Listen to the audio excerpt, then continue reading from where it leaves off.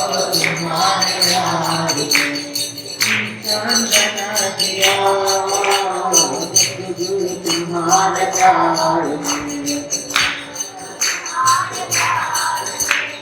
भूला हुआ तराश का भटका हुआ भटका हुआ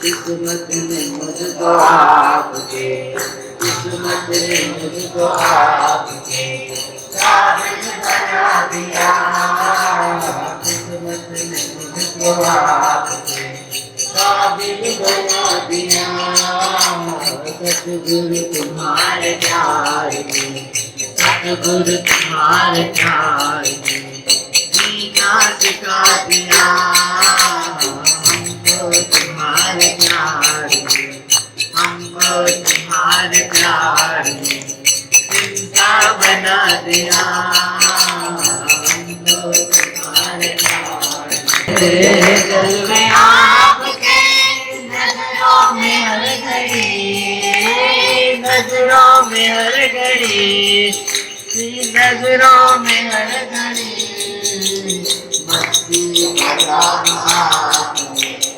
मस्ती मजाक ऐसा बिना दिया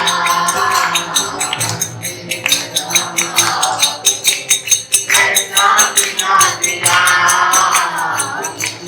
तुम्हारे प्यार में सतगुरु तुम्हारे प्यार में जीना सिखा दिया हमको तुम्हारे प्यार में हमको तुम्हारे प्यार में इंसान बना दिया हमको तुम्हारे प्यार में जिस दिन से मुझको आपने अपना बना लिया अपना बना लिया अपना बना लिया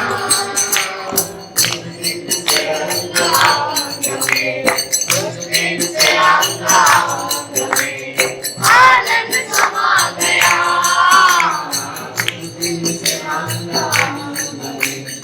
आनंद समा गया सतगुरु तुम्हारे प्यार में सतगुरु तुम्हारे प्यार में जीना सिखा दिया हमको तुम्हारे प्यार में हमको तुम्हारे प्यार में फिर भी मैंने आपके दर पर झुका दिया सतगुरु तुम्हारे प्यार में सतगुरु तुम्हारे प्यार में इंसान बना दिया हमको तुम्हारे प्यार में हमको तुम्हारे प्यार में इंसान बना दिया हमको तुम्हारे प्यार में बोलो सीताराम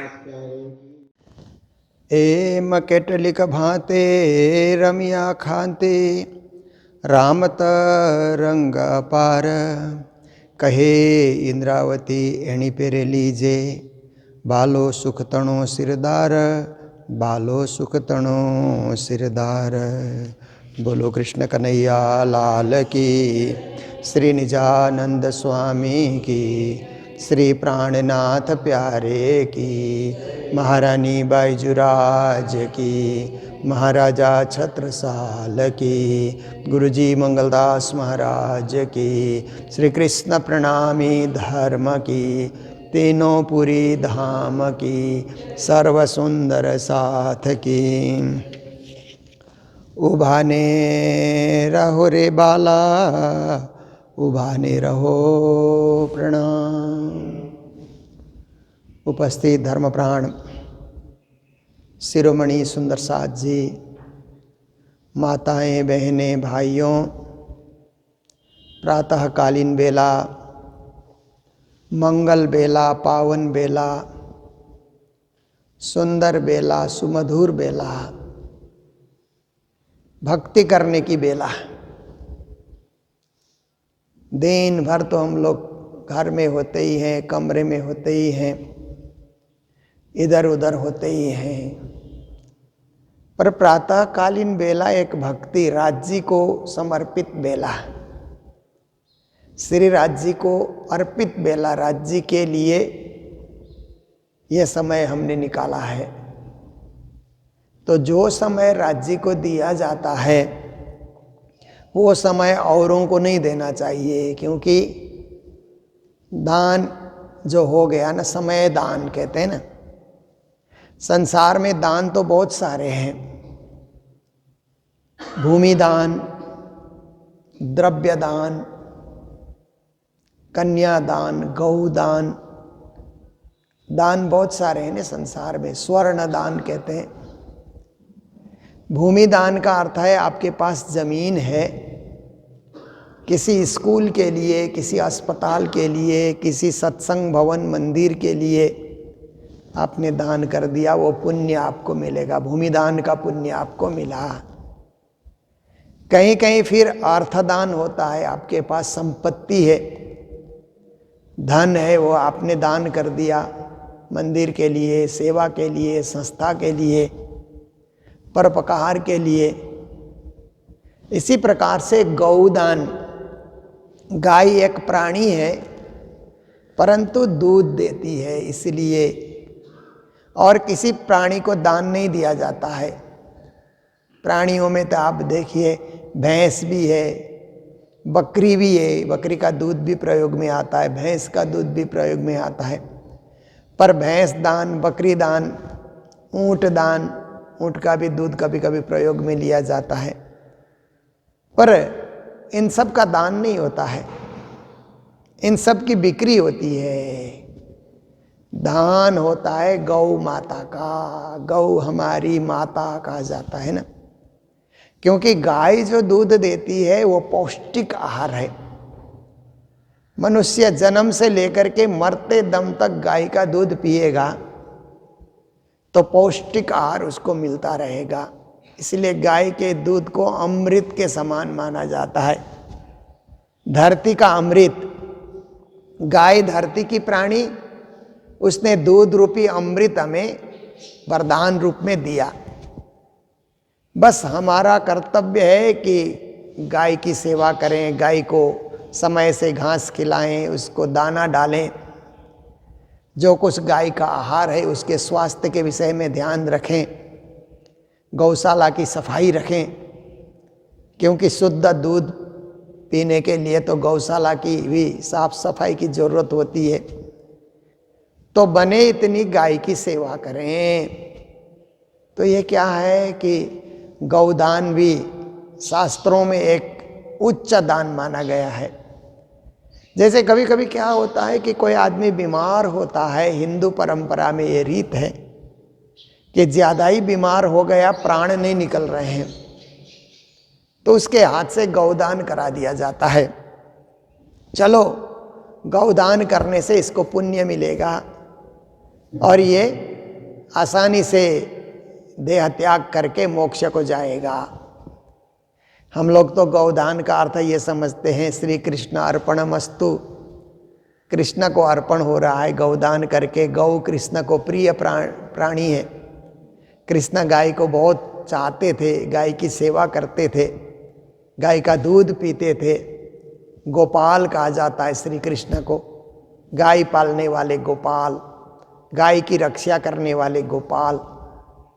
तो ऐसे श्री कृष्ण ने जिस प्राणी को बहुत अत्यंत प्यार दिया, माँ के समान उनको स्थान दिया, इसलिए हिंदू परंपरा में गौ माता, और प्राणी को माता नहीं कहा जाता है, गौ को ही माता कहा जाता है। तो गौदान का भी विधि विधान है। फिर देखिए उसके बाद कन्यादान कहा जाता है ना। घर में कन्या का जन्म हुआ, कन्या को पढ़ाओ लिखाओ, उच्च शिक्षा दो।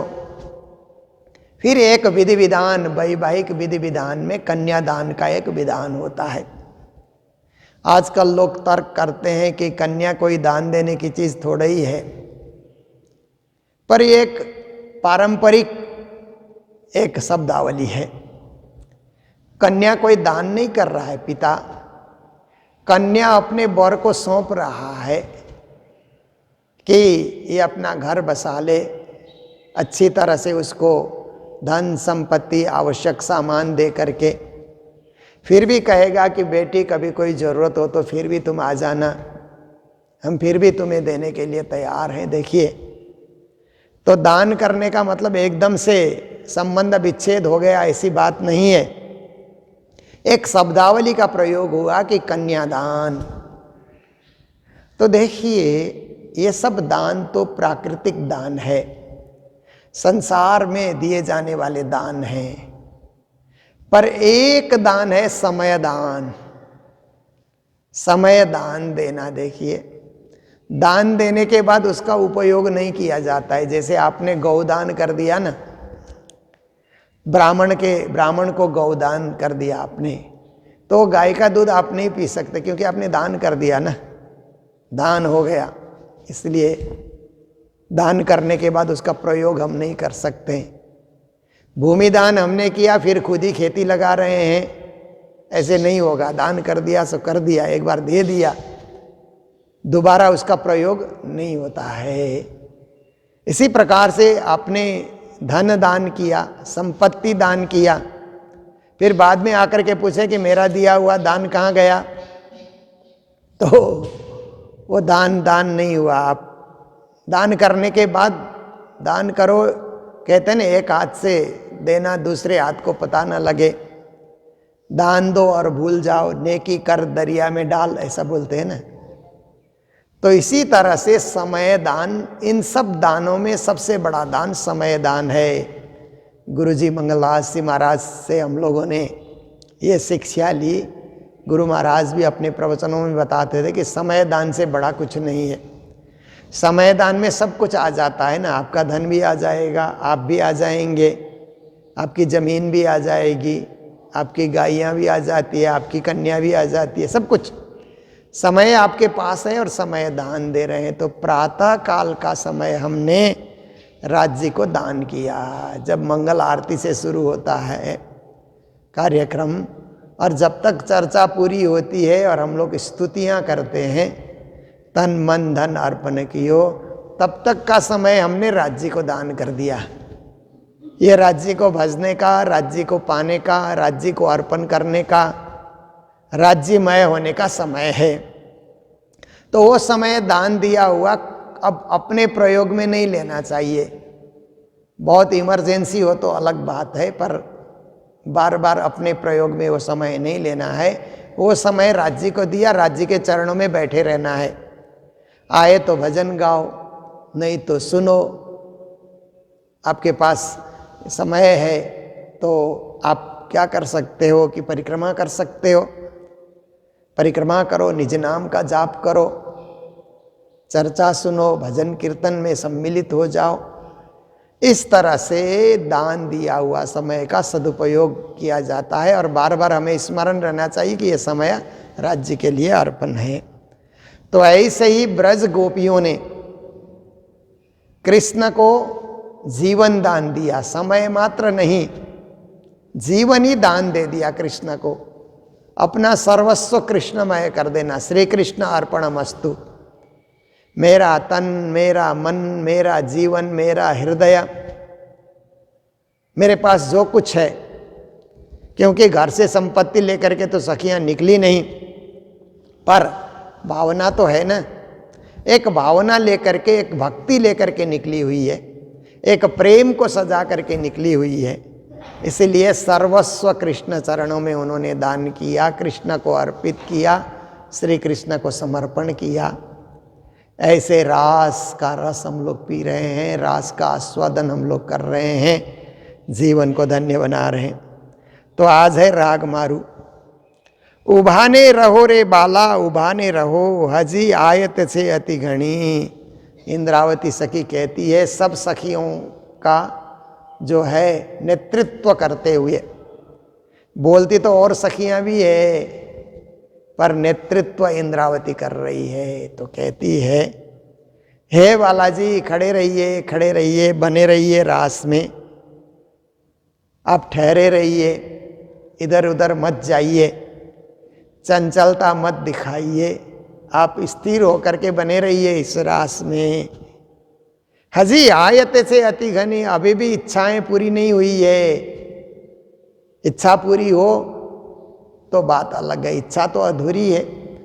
और रास देखना है और रास रमण करना है और रसमय बन जाना है। इसलिए आपके बिना तो रस उत्पन्न होता ही, रस के स्रोत तो आप हैं, आपसे ही रस प्रवाहित होती है, रस के मूल आप हैं। तो मूल नहीं होने से छिणे मूले नैव शाखा न पत्रम, मूल न होने से तो शाखाएं सूख जाएंगी, पत्ते सूख जाएंगे, फूल मुरझा जाएंगे, फल भी सूख जाएंगे, सब कुछ। इसलिए हम तो पत्ते के समान, फल फूल के समान हैं, मूल तो आप ही हैं बालाजी। इसलिए और रामत हमें दिखाएं। रामत रमाड़ो हमने उलट जे अमतनी, सखिया कहते हमें खेल और खिलाइए और नृत्य कराइए हमसे और नचाइए हमसे, हम नाचने के लिए तैयार हैं। उलट जे अमतनी, हमारे मन में भी कुछ भावनाएं हैं, उसको समझ लीजिए। किसी की इच्छा को समझना कितनी बड़ी बात होती है ना। हम लोग तो अपनी इच्छा से काम करते हैं ना, स्वेच्छा से काम करते हैं, पर कभी कभी औरों की इच्छा को समझ करके काम करना, जैसे बच्चों की इच्छा को समझ करके कभी कुछ काम करना, तो वो भी बड़े प्रसन्न हो जाते हैं। सखियों की इच्छा को समझ करके कोई लीला करना, तो सखियों को भी प्रसन्नता होगी, कृष्ण भी प्रसन्न रहेंगे। तो हमारी इच्छा को भी आप समझ लीजिए। आप जो दिखाते रहे हम देखते रहे, अब हमारी इच्छा के अनुकूल भी आप रामत दिखाइए। अनेक रंगे रमाड़िया, आपने अनेक रंग से, अनेक ढंग से, अनेक चाल से, अनेक भाव से आपने हमें रमन कराया। केटला लऊं तेना नाम, उनका नाम रामते जो आपने दिखाई, कितना नाम लिया जाए। अनेक रामत, अपरिमित, अलेखे कहते हैं ना, बेहिसाब बेशुमार आपने लीलाएं हमें दिखाई है।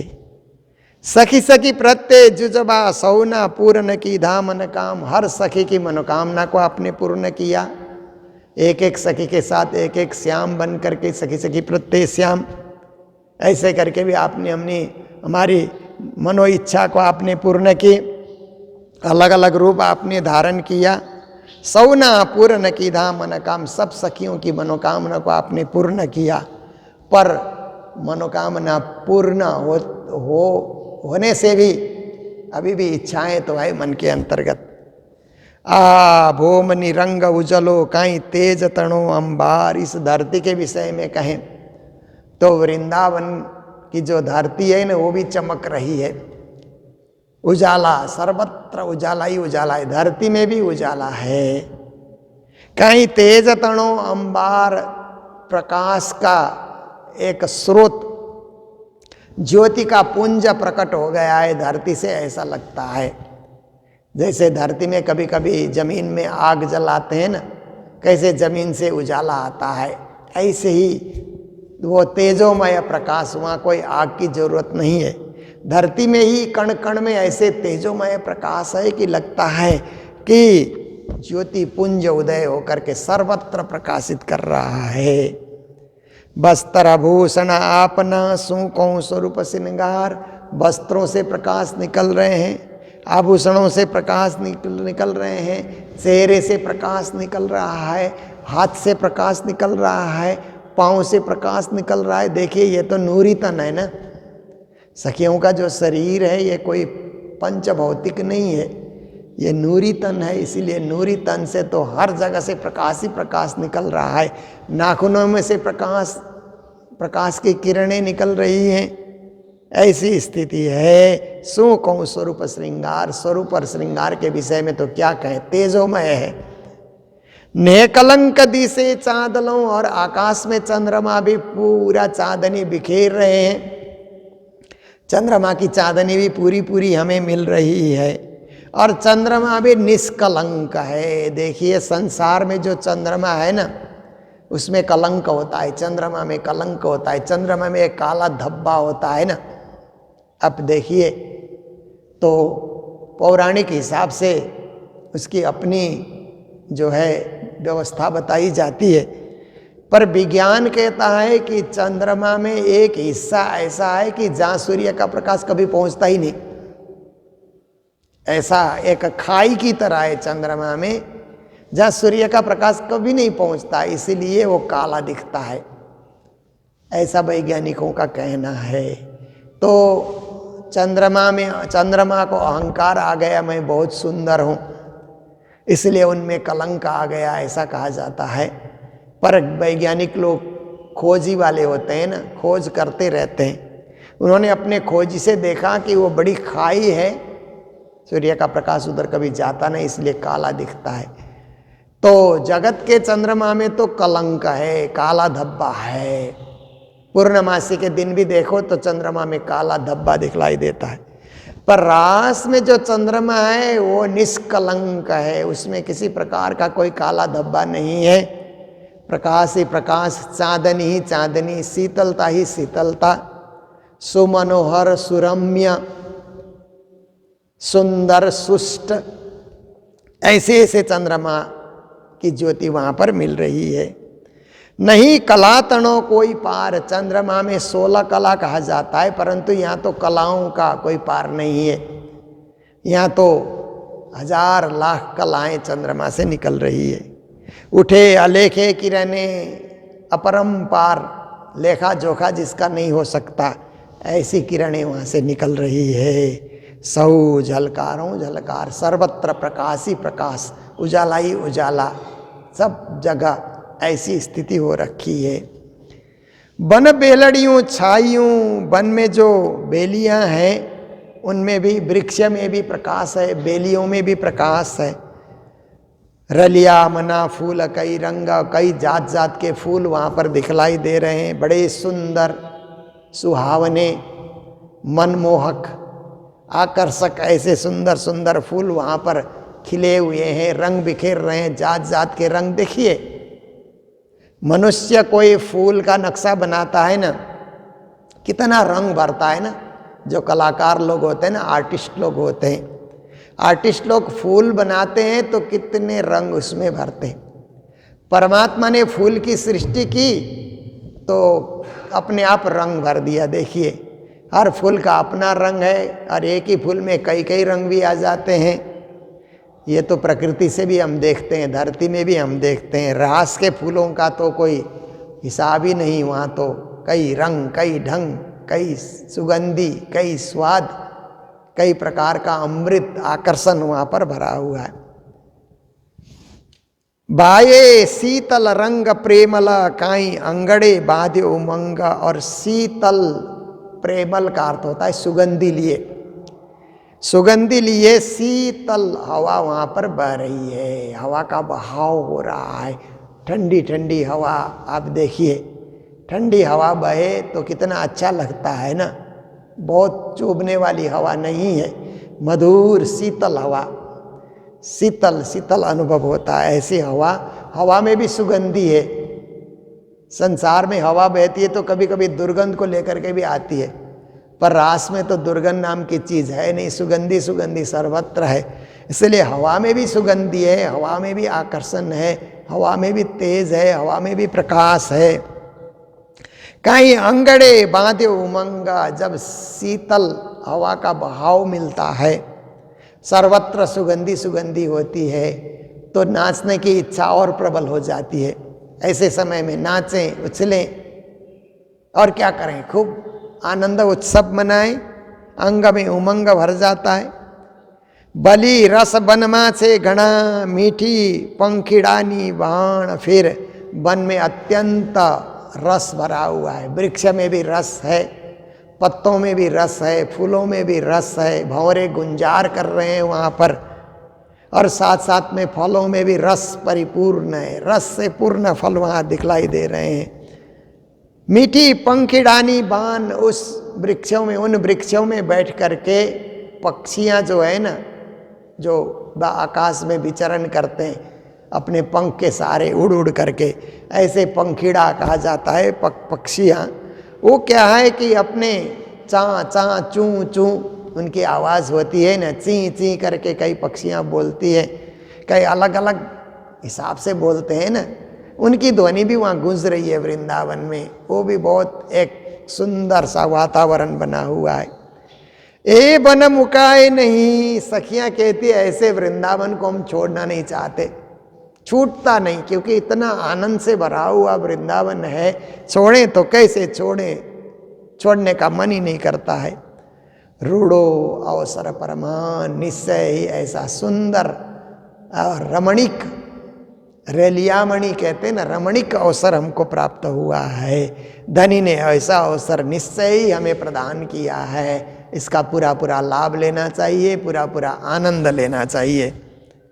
अनेक विलास की धा बनमा, इस वन में हम लोगों ने अनेक हास विलास रास रमण बहुत कुछ हम लोगों ने कर लिया है।